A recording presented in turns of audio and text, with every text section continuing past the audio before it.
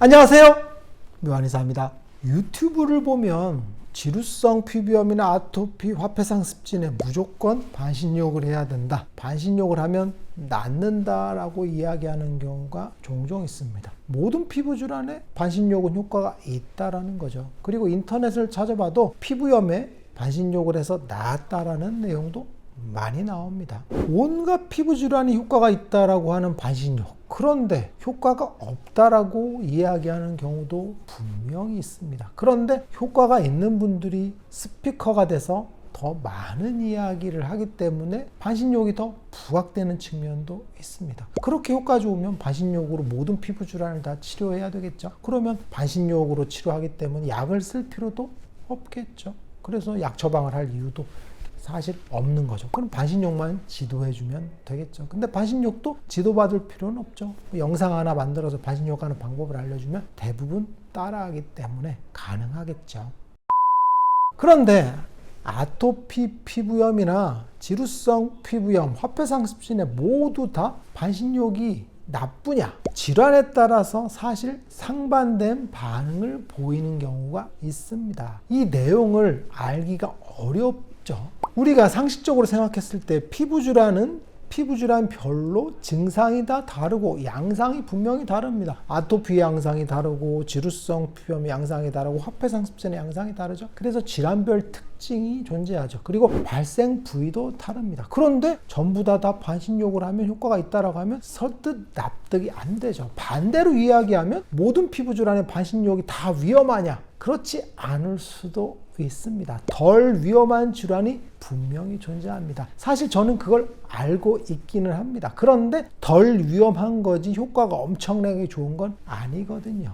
구체적으로 한번 예를 들어볼게요. 아토피 피부염이라고 쳐보세요. 아토피 피부염의 반신욕은 효과가 있을 수도 있고 없을 수도 있습니다. 무슨 이야기냐면 아토피 피부염 중에서 알레르기 반응이 심한 형태의 아토피가 존재하고 만성 습진의 형태가 심한 아토피가 존재한다라고 제가 예전에 영상에서 만들었어요. 그래서 두 가지 아토피 피부염이라는 영상이 있거든요. 참고해서 보시면 될 것 같은데 그 영상에 보면 알레르기 반응이 심한 아토피 피부염은 정체가 많이 된다 그랬죠. 그래서 피부에 각질이 심하고 피부에 염증 반응은 덜한데 가려움이 심하다 그랬고, 만성 습진이 심한 아토피는 피부가 붉어지고 짓무르고 하는 염증 반응이 심한 형태가 되겠죠. 그러면 반신욕은 어느 아토피에 효과가 더 좋을까요? 혹은 어느 아토피에 더 안 좋고 위험할까요? 짐작하셨겠지만 알레르기 반응이 심한 아토피는 정체가 잘 되죠. 그래서 피부에 정체 반응이 심하니까 각질이 심하죠. 그런 경우에는 반신욕을 하면 일부는 좋다라고 반응을 하죠. 왜?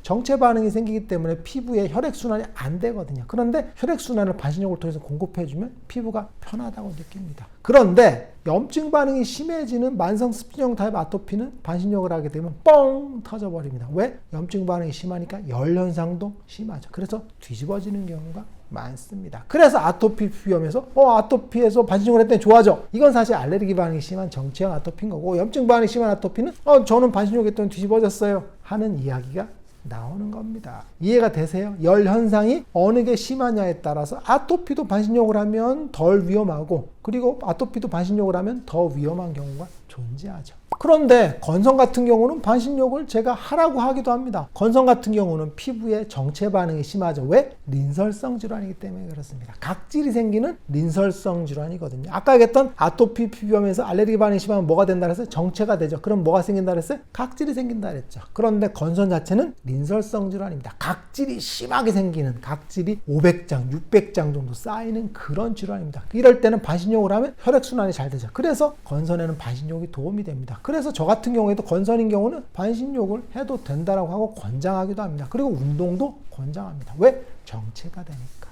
그런데 절대 반신욕을 하면 안 되는 질환이 있다 그랬죠. 그게 바로 화폐상습진이죠. 화폐상습진 같은 경우는 수포 형태를 통해서 수포가 염증 반응을 일으키면서 진물이 좔좔좔 흐르죠. 이때 반신욕을 하면 완전히 망가져 버리죠. 그래서 절대 반신욕을 할 수 없습니다. 그런데 환자분도 직감적으로 이 피부 질환은 반신욕을 하면 안 된다는 걸 알고 있습니다. 그래서 잘 안 하세요. 그리고 화폐상습진에 각질이 심하게 생기면서 호전 반응을 보이게 되는데 반신욕을 하면 각질이 무너지죠. 그러니까 대부분 악화됩니다.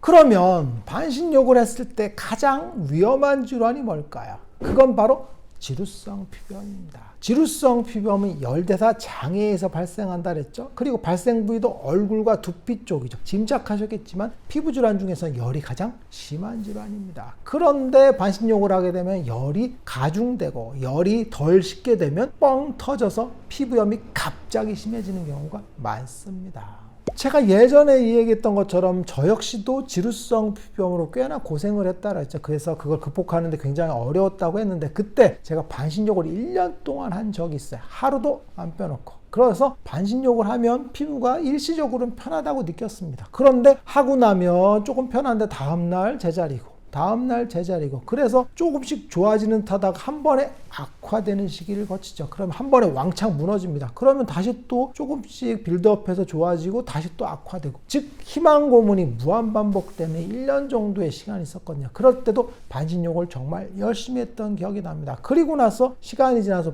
보니까 반신욕이 지루성 피부염에는 굉장히 위험하구나. 왜? 열 현상이 진정이 되면 좋은데 그게 뻥 터져버리는 시기가 분명히 존재하죠. 그럴 때는 원래 상태로 돌아오죠. 그 원래 상태로 돌아왔을 때가 피부염을 원점으로 만드는 거죠. 그래서 무한 반복인 거라고 보시면 될 것 같아요. 반신욕을 가장 효과적으로 하는 방법은 사실 여러 가지가 나오긴 하는데 그냥 물에 들어가서 반신욕을 하는 1차적인 방법이 있고, 그리고 두 번째는 열의 현상을 억제하면서 하는 반신욕이 있죠. 무슨 이야기냐면 반신욕을 했을 때 적정한 온도에 들어가는 거, 너무 뜨거운 온도에 들어가지 않고 보통 39도에서 40도 정도 사이의 온도에서 들어가라고 하거든요. 그래서 대략 20분에서 30분 정도에서 담그라고 합니다. 흉부 정도에서 담그라고 하죠. 그런데 이때 무리하게 땀을 내기 위해서 온도를 높일 필요는 없다라고 이야기합니다. 왜? 반신욕은 사실 땀을 내는 게 목적이 아니고 전체적인 열순환 그리고 혈액순환을 하는 게 목적이기 때문에 그렇습니다. 그래서 초반에는 땀이 날 수도 있고 안 날 수도 있는데 하다 보면 땀이 나겠죠. 근데 땀 배출에 의미를 두는 분들이 계시고 혈액순환에 의미를 두는 분들이 계시기는 합니다. 그런데 땀이 중요한 게 아니라 사실 열이 돌면서 혈액순환이 되는 게 더 큰 비중을 차지하죠. 그리고 반신욕 후에는 열이 식어야 되거든요. 그래서 냉샤워 같은 것들을 5분에서 10분 정도, 그리고 얼굴 같은 경우는 냉팩을 10분에서 20분 정도를 하는 게 열의 데미지를 막는 방법인데, 냉샤워를 하고 냉팩을 해도 열이 안 식는 질환이 분명히 존재합니다. 그 대표적인 게 바로 지루성 피부염이죠. 열이 잘 식으면 다행인데 열이 안 식을 때가 있어요. 언제 안 식냐면 몸이 피곤하고 컨디션이 안 좋을 때, 그리고 열을 많이 받았을 때, 그리고 피부염이 악화되는 시기에는 반신욕을 하게 되면 열이 뻥 터지죠. 제가 아까 얘기했던 것처럼 반신욕을 해서 조금씩 낫는다 혹은 피부가 편하다는 느낌이 들 수 있는데 어느 한순간에 뒤집어진다고 했죠. 그게 바로 우리 몸이 안 좋을 때, 피곤할 때, 이럴 때 순간적으로 반신욕을 해서 염증 반응이 심해지는 경우가 있습니다. 그러면 도로 원점으로 돌아가죠. 그리고 혹은 더 악화되는 경우가 많습니다. 왜? 지루성 피부염은 열대사 장애에서 발생하기 때문에 염증 반응이 심하고 열이 굉장히 심합니다. 그런데 반신욕을 했을 때 그 열이 안 식는 분들이 분명히 존재하고 안 식을 타이밍이 존재합니다. 이럴 때 반신욕을 섣불리 했을 때는 굉장히 심해지는 거죠. 그래서 인터넷에 찾아보면 반신욕을 했더니 정말 심해졌다는 분들이 계시고, 반신욕을 했더니 좀 괜찮다고 하는 분들이 계시는데, 괜찮다고 하는 분들이 계속 했을 때는 갑자기 심해지는 경우들이 존재하죠. 간혹 경증 지루성 피부염 같은 경우 반신욕을 했을 때 좋다는 분들이 계세요. 이건 경증이기 때문에 그렇고, 중증인 경우는 대부분 악화되거나 괜찮은 듯 하다가 순간적으로 악화되는 경우들이 굉장히 많습니다.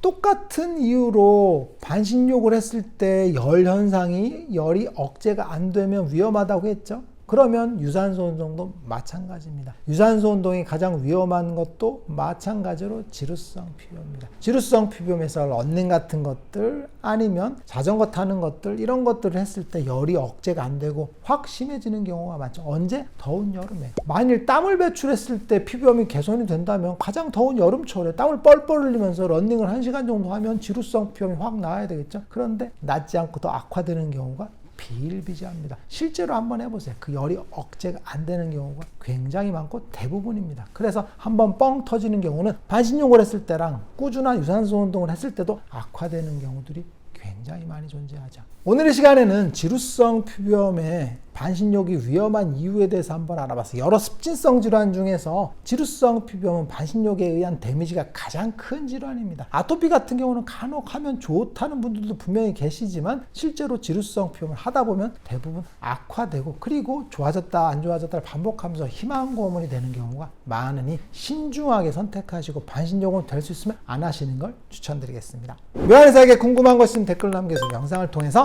답변하겠습니다. 빠잉.